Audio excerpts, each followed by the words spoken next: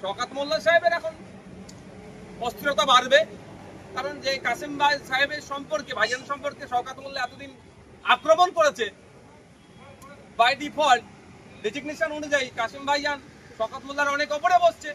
কাসেম ভাইজানকে এখন ভাইজান সম্বোধন করতে হবে, ফলে ওনার একটু ফাটবেই। অসুবিধে কোথায়?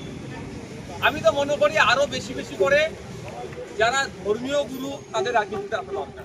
শওকত মোল্লা সাহেবও খুব প্রকাশ করছে যে শওকত মোল্লা সাহেব বড় পদ পাওয়ার জন্য ক্যানিং এর নিরীহ মানুষের উপর অত্যাচার শুধু নয়, ভাঙড়ের মানুষের উপর অত্যাচার, মিথ্যা কেস এবং আমাকে ক্রমাগত ভাষাগত আক্রমণ করে যাচ্ছে, সেও পদ পেল না। দল চয়নের ক্ষেত্রে একটা দুর্নীতিগ্রস্ত দলকে চয়ন করে ফেলেন, ফলে এটা নিয়ে অনেক সমালোচনা হচ্ছে, আলোচনা হচ্ছে। ডেমোক্রেসিতে অংশগ্রহণ করা, ভোটিং সিস্টেমে অংশগ্রহণ করা, ইলেকট্রাল পলিটিক্সে অবশ্যই দরকার বলে আমরা অনেক আগে থেকেই রাজনীতির ময়দানে এসেছি। আস্তে আস্তে আমার পরিবারে অন্যান্য আরো যারা পিছিয়ে যারা আছেন তারা আসছেন, এটা আমি স্বাগত জানাচ্ছি। তবে ব্যাপারটা হচ্ছে এতটুকু বলবো যে যে দলটাতে উনি নাম লিখালেন সেটা একটা দুর্নীতিগ্রস্ত দল, যেই দলের অপদার্থতার জন্য, যেই দলের ব্যর্থতার জন্য, নোংরামির জন্য, চুরির জন্য যে 26,000 চাকরি বাতিল হয়েছে, তার মধ্যে অনেক যোগ্য আছে, আজকে যোগ্যগুলো রাস্তায় বসছে। যেই দলের জন্যই আনিসকে খুন হতে হলো, যেই দলের সর্বোচ্চ নেত্রী বলেন যে ওয়াকফ নিয়ে আন্দোলন করতে গেলে দিল্লিতে গিয়ে আন্দোলন করতে হবে, সেরকম একটি দলের নাম লিখানোর জন্য উনি একটু সমালোচিত হচ্ছে। আমার থেকে গুটি কয়েক তৃণমূলের কিছু বিধায়ক নেতারা আছে, সৌজন্যতার সম্পর্ক আমরা রাখি, আপনারা জানেন ভালো করে। সেই ক্ষেত্রে মাঝে মধ্যে ফোনে হাই হ্যালো হয়। গতকালকে আমাকে এইরকম বেশ কয়েকজন ফোন করে তারা ক্ষোভের সাথেই বলছিলেন যে আমরা এতদিন দল করছি, এত স্যাক্রিফাইস করছি, হঠাৎ করে কেউ আসলো তাকে দলের এত বড় পদে বসিয়ে দিল, এটা কি গণতন্ত্র? আমি তাকে উল্টে জিজ্ঞাসা করেছিলাম একটা কথা, তারাই কথা বলে রাখি। তবে গতকালকে যখন তৃণমূলের কয়েকজন নেতা আমাকে ফোন করেছিলেন, আমি তাদেরকে জিজ্ঞাসা করলাম, দাদা আপনাদের দলের জেনারেল সেক্রেটারি কতজন? তিনি আমাকে অকপটে উত্তর দিলেন, দাদা এটা আমার পক্ষে বলা সম্ভব নয়, কারণ কখন কাকে বসিয়ে দেওয়া বোঝা মুশকিল।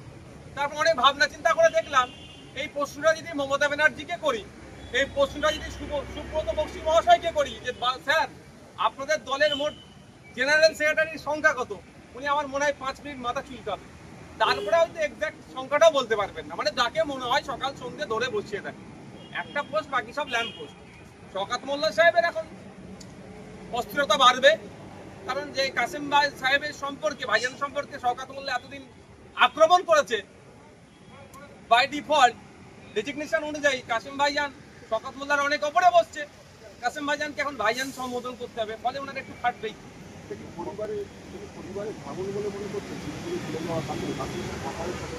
মোটেও ওটা ভাঙন না। পরিবারের মধ্যে আমাদের যে পারিবারিক সম্পর্ক সেটা যথেষ্ট ভালো আছে, কিন্তু রাজনৈতিকভাবে যে যাকে ইচ্ছা পছন্দ করছে, যে দলকে ইচ্ছা পছন্দ করছে সে সেখানে যেতেই পারে। তবে কাসেম ভাইজান তৃণমূলে যাওয়াটা, একটা দুর্নীতিগ্রস্ত দলে যাওয়াটা পশ্চিমবাংলার মানুষ এটা ভালোভাবে মেনে নিতে পারছে না।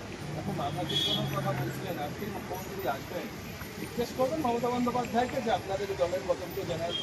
দেখুন ওটা তো একটা রাজনৈতিক কোশ্চেন, আর এখানে মুখ্যমন্ত্রী হিসাবে আসছেন, তিনি দলের প্রধান হিসাবে আসলে তাকে এই কথাটা আমি নিশ্চিতভাবে সুযোগ পেলে জিজ্ঞাসা করতাম।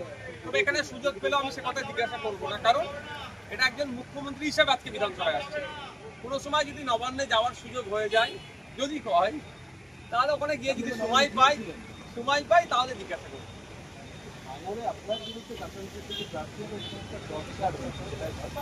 আমি চাইছি আমার বিরুদ্ধে মুখ্যমন্ত্রী প্রার্থী হোক, আমি এটা চাই, আমি অন্য কাউকে চাইছি না।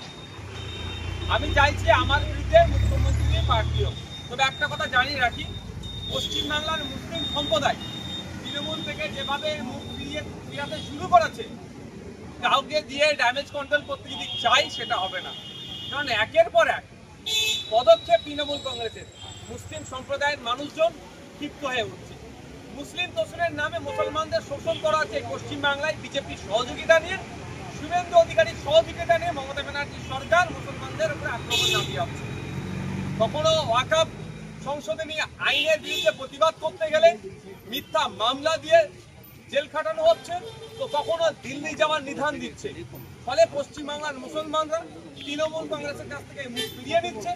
কাউকে নিয়ে এসে যদি মনে করে এই ভাঙাবাদ জোড়া লাগাবার চেষ্টা হচ্ছে, সেটা বৃথা হবে।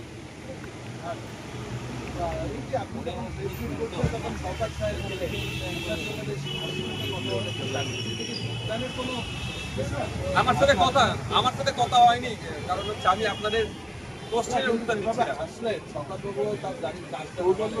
সৌজন্য বিনিময় দেখুন, ব্যাপারটা হচ্ছে আপনাদের দিকে হয়তো হাসতে পারেন। এখন শওকত সাহেবও নিজে ভাবছেন যে এতদিন নওশাদ সিদ্দিকী সাহেবের পেছন মানে তাকে ডিস্টার্ব করে তার কর্মীদের নামে মিথ্যা মামলা দিয়ে, তার নামে মিথ্যা মামলা দিয়ে, শুধু তাই নয়, ভাঙড় ডিভিশনের একাধিক থানার অফিসারদেরকে তৃণমূল কংগ্রেসের রাজনৈতিক মঞ্চে বসিয়ে দিতে পেরেছিল যে শওকত সাহেব, সেই শওকত সাহেব এখন ভাবছে তাকে আবার শাসন করবে কাসেম সিদ্দিকী ভাইজান। ওই জন্যই হয়তো হাসিটা দুঃখের হাসি আসছে না সুখের হাসি আসছে, তাকে জিজ্ঞাসা করুন আপনারা। আপনি খুশি কাসেম সিদ্দিকী তৃণমূল কংগ্রেসের যোদ্ধা? দেখুন, একটা অন্য রাজনীতি দলে গেছে, আমি তৃণমূলের কংগ্রেসের চরম বিরোধী, বিজেপি চরম বিরোধী, খুশি হওয়ার প্রশ্ন আসবে কেন? তবে হ্যাঁ, রাজনৈতিকভাবে আমি তাকে স্বাগত জানাবো, রাজনৈতিক ময়দানে রাজনৈতিকভাবে মোকাবেলা করার জন্য। এরপরে কাসেম সিদ্দিকীর কথা হয়েছিল আপনার? না, আমার হয়ে ফুরফুরা শরীফের পীরজাদারা রাজনীতি আসছে, এটা কি খুব ভালো সংকেত নাকি অন্য কোনো সংকেত? রাজনীতিকে বাইরে থেকে কন্ট্রোল করার থেকেও সরাসরি রাজনীতিতে আসে। বাইরে থেকে কন্ট্রোল করলেই বেশি নোংরামি হয়। সে যখন কাউকে পদ্মশ্রী প্রাইজ দিয়ে নিয়ে যে চর্চা হয়েছিল, এইগুলো যেমন চর্চা হচ্ছে, এটা থেকে সরাসরি রাজনীতি হয়। বাইরে থেকে কাকে ইঙ্গিত করছে? দশ থেকে আহ্বান জানাবেন রাজনীতিতে? আমি সকলকে আহ্বান জানাবো।